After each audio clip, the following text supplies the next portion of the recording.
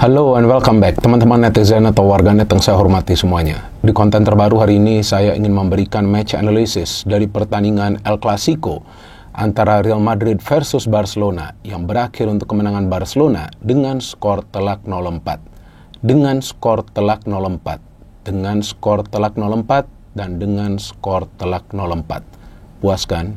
Sudah saya ulangi 3 kali skor akhir tersebut.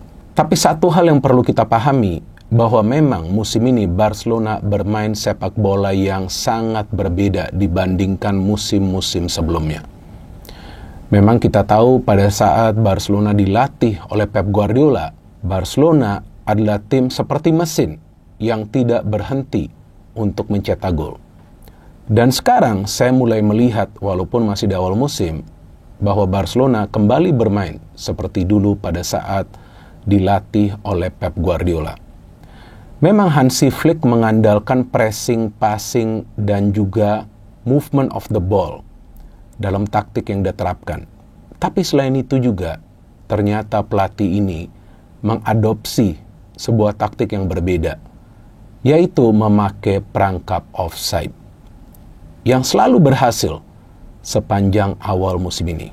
Karena sebelum membantai Real Madrid di kandang Madrid, Barcelona juga sebelumnya di Liga Champions membantai Bayern Munchen. Yang kita tahu, Munchen sebetulnya juga adalah tim yang solid di lini pertahanan dan juga punya gaya permainan yang dinamis dengan mengandalkan fast passing dan juga fast movement of the ball.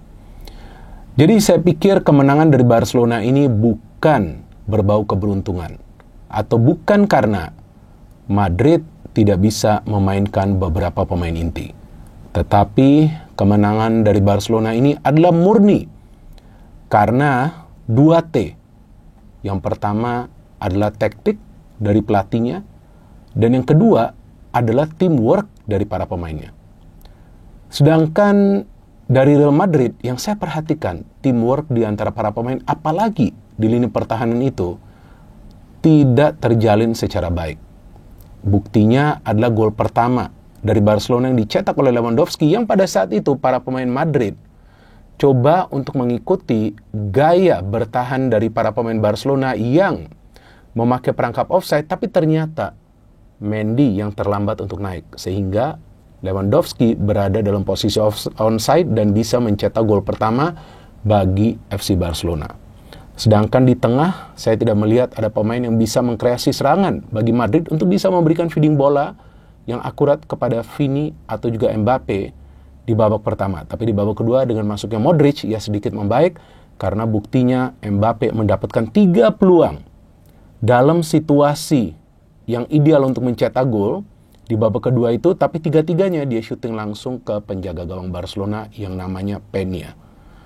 Dan juga Madrid di depan tidak punya koneksi sama sekali. Artinya antara Vini, Mbappe, dan juga Bellingham, saya tidak melihat ada kerjasama yang rapi dibandingkan antara para pemain Barcelona yang bermain di depan, yaitu Rafinha, Lamine Yamal, dan juga tentunya Lewandowski. Maka itu 3 pemain dari Barcelona yang bermain di depan itu bisa bekerja sama secara baik selama 90 menit untuk menciptakan peluang, demi peluang, demi peluang, dan demi peluang. Oleh karena itu, saya juga bisa mengatakan saat ini bahwa Real Madrid beruntung tidak kalah dengan jumlah gol yang lebih banyak. Karena seharusnya bisa saja Barca menang dengan skor akhir 0-6 atau mungkin juga 0-8. Seandainya para pemain mereka juga bisa melakukan finishing dengan baik. Dan seharusnya Lewandowski itu mencetak total 4 gol, karena dia mendapatkan 5 peluang untuk mencetak gol, tapi sayangnya dia cuma bisa mencetak 2 gol. Salah satu peluang yang dia dapat justru terkena tiang gawang. Jadi artinya, ya overall Madrid memang bermain buruk, baik dari segi taktik atau juga kerjasama di antara para pemain mereka. Dan jelas Carlo Ancelotti kalah dari segi taktik, ya, dari Hansi Flick. Dan saya sendiri bingung, kenapa Ancelotti tidak memainkan Arda Güler atau juga Endrick dari bangku cadangan pada saat Madrid itu sudah tertinggal dengan skor 0-2, karena terlihat jelas Mbappe tidak bisa bermain sebagai striker bersama Vini Junior. Beda jika Rodrigo bermain sebagai striker bersama Vini Junior kemudian didukung oleh Bellingham. Dan saya melihat strategi dari Ancelotti ini sudah terbaca oleh Hansi Flick. Apa strateginya? Dapat bola, cepat berikan bola itu ke depan. Antara ke Vini atau juga ke Mbappe atau Bellingham yang akan melakukan pergerakan dari second line. Dan itu dibaca oleh para pemain Barcelona. Yang saya bingung, apakah Ancelotti tidak melihat permainan Barcelona selama ini yang mengandalkan perangkap offside? Karena seandainya dia melihat permainan dari Barcelona dan dia menganalisis permainan dari Barcelona, seharusnya Mbappe, Vini, Bellingham atau juga pemain lainnya bisa melakukan pergerakan dengan timing yang lebih baik lagi agar tidak terus-menerus terjebak offside. Di babak pertama saja, para pemain Madrid total terjebak 8 kali offside. Dan 8 kalinya itu adalah offside dari Kylian Mbappe. Kacau banget kan? Mbappe sudah mencetak gol juga, tapi ternyata memang tipis banget. Dia sudah masuk ke zona offside. Nah, artinya Ancelotti ini tidak menganalisis permainan dari Barcelona. Kalau dia menganalisis, seharusnya dia sudah paham bahwa ini taktik yang akan mereka pakai. Main dengan garis pertahanan yang tinggi, main mid block di tengah. Pada saat Madrid mengirimkan umpan cepat ke ruang terbuka, naik semua. Jadi akan banyak pemain Madrid yang terperangkap offside. Total 12 kali para pemain Madrid terperangkap offside. Dan tentu finishing juga sangat penting. Karena seharusnya Vini itu mencetak gol di babak pertama pada saat dia sudah melewati beberapa pemain Barcelona. Tapi dia syuting ke tiang dekat, melenceng. Jadi memang terlihat jelas bahwa para pemain Barcelona sudah paham apa yang perlu mereka lakukan.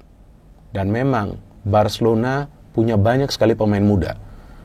Jadi walaupun ya saya melihat bahwa Barcelona punya banyak pemain muda, tapi mereka sudah mengerti apa peran mereka di atas lapangan. Contohnya Lamine Yamal. Peran dia pertama itu adalah untuk supply bola. Itu pertama. Rafinha juga sama, supply bola dulu. Casado ya, kalau nggak salah itu nama pemain mudanya ya, yang di tengah. Dia juga sama, dia harus supply bola dulu.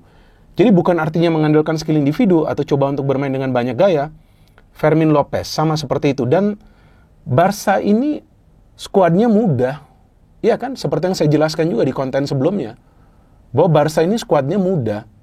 Di pertandingan lawan Bayern Munchen, usia rataan dari starting line Barcelona itu adalah 24 tahun 5 bulan. Ini sama juga 24 tahun 5 bulan.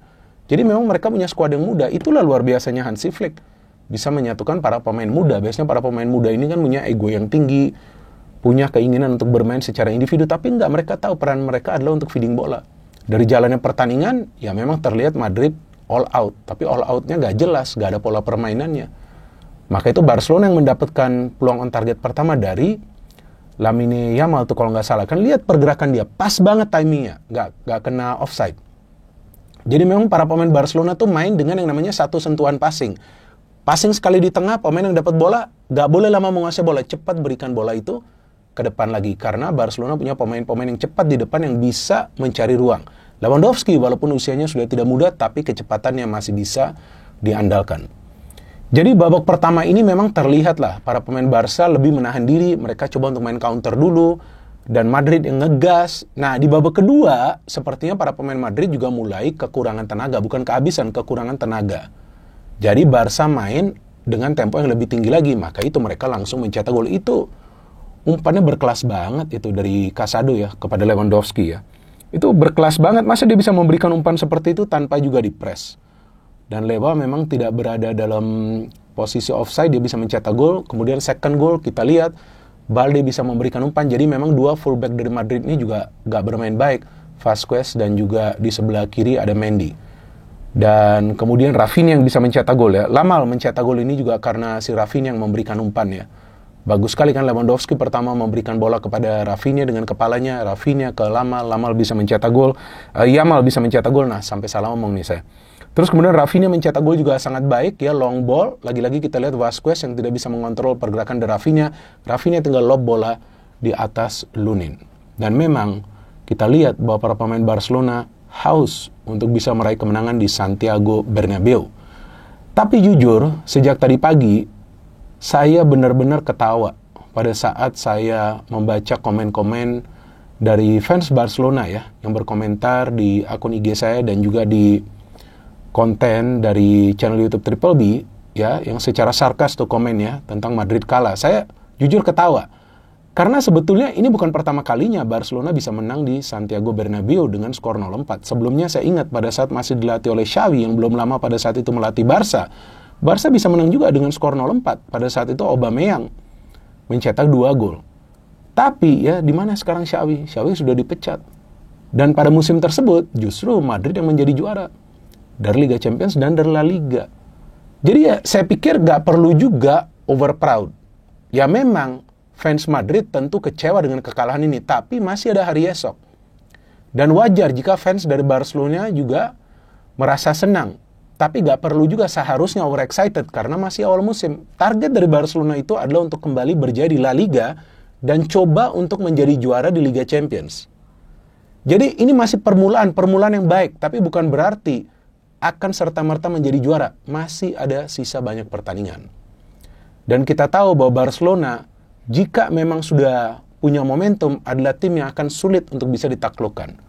Maka itu mereka sejauh ini baru kalah 1 kali di La Liga dan juga baru kalah 1 kali di Liga Champions, dan mereka justru memutus rekor tidak terkalahkan dari Madrid. Madrid sebelum pertandingan ini tidak terkalahkan sebanyak 42 pertandingan. Jadi ini memang adalah start yang baik, tapi juga fans dari Barca saya sarankan perlu juga merendah. Coba merendah, silakan kalian boleh merasa senang. Ya, saya sebagai fan Madrid juga kecewa dengan kekalahan ini, tapi saya lihat hari esok nanti seperti apa permainan Madrid. Dan saya jujur kecewa dengan Ancelotti yang tidak memainkan Arda Güler dan juga Endrick yang seharusnya dimainkan, karena dua pemain itu bisa saja mengubah jalannya pertandingan, sebab Endrick adalah pemain baru yang mungkin para pemain Barca belum begitu mengetahui gerak-geriknya, dan Güler kita tahu adalah pemain yang bisa menahan bola lebih lama, memberikan umpan-umpan akurat ke depan agar bisa create chances lebih banyak. Dan saya tidak sepakat dengan mereka yang mengatakan bahwa Mbappe flop, baru juga awal karir dia di Real Madrid, dan dia juga tidak bermain pada posisi aslinya di pertandingan dini hari tadi. Tapi pada saat dia mendapatkan bola, dia mendapatkan umpan-umpan matang, maka kita lihat dia juga bisa mendapatkan 3 peluang. Tinggal bagaimana dia beradaptasi untuk bisa bermain di posisi yang berbeda jika nanti diperlukan. Dan ya, saya juga ingin mengucapkan selamat kepada teman-teman yang merupakan fans dari Barcelona, karena tim kalian memang layak untuk meraih kemenangan dini hari tadi. Dan seperti yang tadi saya katakan, seharusnya tim yang Anda support ini, FC Barcelona, menang dengan jumlah gol yang lebih banyak. Luar biasa permainan dari Barcelona. Saya perlu akui, sejauh ini taktik dari Hansi Flick adalah taktik yang bombastis, yang belum bisa dibaca oleh para pelatih dari tim lawan. Dan saya harapkan, jujur nih ya, dari lubuk hati saya harapkan Barcelona juga bisa ikut bersaing di papan atas bersama Madrid, dan juga ikut bersaing di Liga Champions, agar para pemain Madrid juga tidak berada di zona nyaman. Dan bisa juga ini adalah musim di mana Barcelona kembali dan mulai mendominasi La Liga dan juga Liga Champions seperti yang sebelumnya mereka lakukan bersama Pep Guardiola. Saya mengatakan kemungkinan karena ini masih awal, tapi awal yang baik bagi FC Barcelona. Bagi Real Madrid, ya tentu mereka harus bangkit. Artinya teamwork harus lebih rapi dan para pemain mereka harus bermain lebih kreatif dari tengah. Gak bisa juga mengandalkan Modric karena usianya sudah tidak muda lagi. Mungkin ini adalah waktunya untuk memberikan peran lebih besar kepada Arda Güler. No hate, no politics, only football. Salam sepak bola.